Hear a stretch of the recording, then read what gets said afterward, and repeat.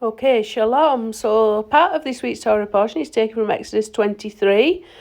And verse 1 says, Thou shalt not raise a false report. And that word there is shall. It's just above the circle. I'm pointing to it. Shin Vav Aleph. Shall or shav, however you pronounce the Hebrew. Lo tisa shameya shall. Thou shalt not raise up a false report. But that word actually means vain. A vain report. We're going to talk about what a vain report actually constitutes based on Psalms 127 and John 17. It says, Thou shalt not raise a false report, put not thine hand with the wicked to be an unrighteous witness. The word is actually ed homos. Ed homos. So Hamas is violence. You do not put thine hand with the wicked to be a violent witness. So these two go together, the vain report and the violent witness. I'm just going to look at 127 to give you some idea what vanity is. So if we go to Psalm 127, it's very clear what vanity is. We've got this beautiful, beautiful psalm from what's called the Shir Hamaloth, the Songs of Ascent, or the Songs of Degrees, as it says here. These were the 15 songs from 120 to 134, and they represented the psalms that were spoken as the priests were ascending up the stairs in the Holy Temple. There were 15 steps, 15 stairs of ascent. And these are also psalms that are sung on a lot of the Shabbats, 15 songs of ascent. And also as you're going up to Jerusalem, it's traditional to say the psalms of ascent as you're going up to Jerusalem. So it says here, a song of descent for Shlomo, for Solomon. It says, Except Yahweh build the house, they labour in vain that build it. Except Jehovah keep or guard the city, the watchman waketh, but in vain. And that word again is shall. Vanity. Vanity. So vanity is associated with not allowing Yahweh to do the work. So in this instance, unless Yahweh builds the temple or builds the house, the builders build in vain.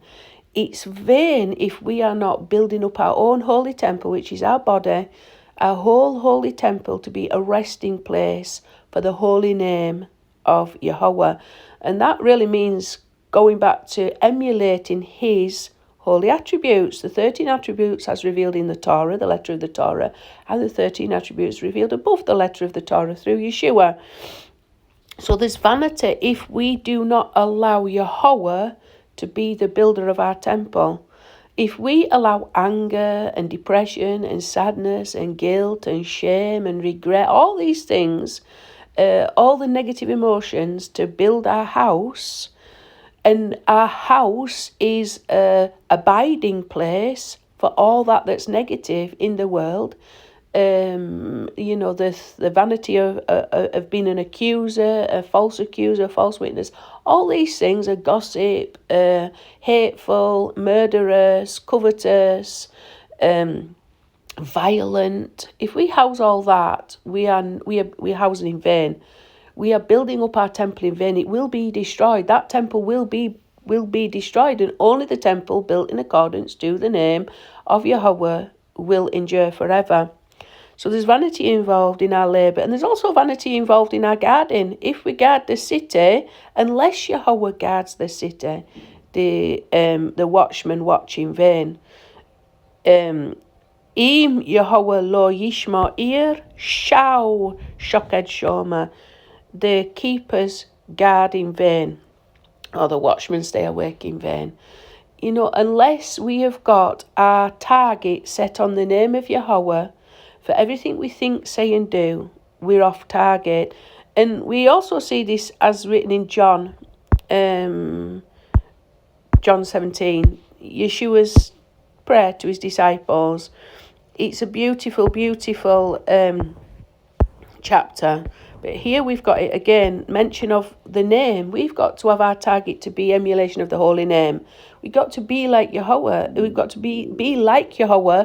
And the example that we've got as one who is like Yahweh is Yeshua. Baruch haba b'shem Yahweh. Blessed is he who comes in the name of Yahweh. Blessed is he who comes in the name of the Lord. Okay, so we know it's all about the name because John 17, which is Yeshua's prayer for his Talmudim, his disciples, it mentions him. It says, I have manifested thy name. There we go. I have manifested thy name unto men, which thou gavest me out of the world. Thine they were, and thou gavest them me, and they have kept thy word. Why did he do that? Because unless Yahweh build the temple is built in vain, or the house is built in vain. We are a house. We're a house of prayer for all peoples. This is the example that we have in Yeshua. Okay, so that's verse 6. If we go to 11 as well, we've got a repetition of this same theme. It was very important to him to pray this for his disciples.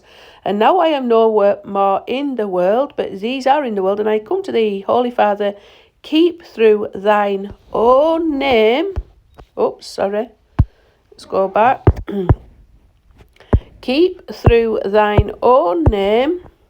I'm just trying to bring it up so that you get it. Keep through thine own name those whom thou hast given me, that they may be one as we are. So his desire is for us to be kept in the name of Yahweh. Why? Because this is what lasts forever. Anything else is vanity and emptiness. What is in that name? Grace. It's chesed, loving kindness. Chen, grace. Rahamim, mercy. Emeth, truth. You got all these wonderful qualities that are in the name. Forgiveness of sins, willful sins, forgiveness of unintentional sins. He's got all these different levels of forgiveness. It's all in that name. It's truth, it's kindness, it's mercy, it's long-suffering. These are the things that we should house. These are the attributes that we should be to other people. These are the things that last forever. These are the enduring things that last forever. This is what Yeshua came to reconcile us back to bring us back into that wonderful union with the revelation of the holy name. Like also the Aaronic blessing, may the name of Yahweh, may Yahweh bless thee and guard thee, keep thee. Same as what we've got there, lest Yahweh guard the city. So we've got the Aaronic blessing, which is, may the Lord bless you and keep you. May the Lord shine his face upon you and be gracious to you. Then we've got the word chen, one of the attributes of his holy name. May the Lord lift up his face upon you and establish for you shalom, peace. This is what we got to expect, peace in the house, when we are aligned with that holy name and we're not allowing to abide within us the things of this world that are vanity and emptiness and lead to violence, by the way. Hamas. We're living in a world which is full of violence. Yeshua prophesied this. He said, in the days of the coming of the son of, so too in the days of the coming of Noah. Sorry, it says, as in the days of Noah, so too in the days of the coming of the Son of Man. So did the flood come in Noah's time? It says twice in the Torah, it says twice the flood happened because of the violence, the Hamas of men. And yet we see the world has been filled with Hamas violence, just horrible. Vanity leads to violence. Vanity of not abiding in the name leads to violence. We've got also in John 17:12, it says, while I was with them in the world, I kept them in thy name. Those that thou gavest me, I have kept, and none of them is lost but the son of perdition, that the scriptures might be fulfilled. So these are the ones that betray Yeshua's true message. They betray the message of emulating that holy name, keeping in that name, being one with that holy name. There's power in the holy name. It's the only thing that lasts forever. Everything else is vanity and emptiness. It will be destroyed. And then finally, the last the last verse. I go over this a lot because people are off target, need to be brought back into target. If you don't have the right target in life, you're going to waste a lot of energy doing things that are totally unnecessary.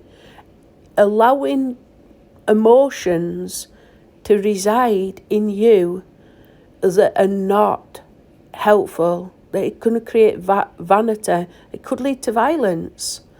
You know, we don't want to be found unfaithful. We got to align ourselves properly with the right inspiration.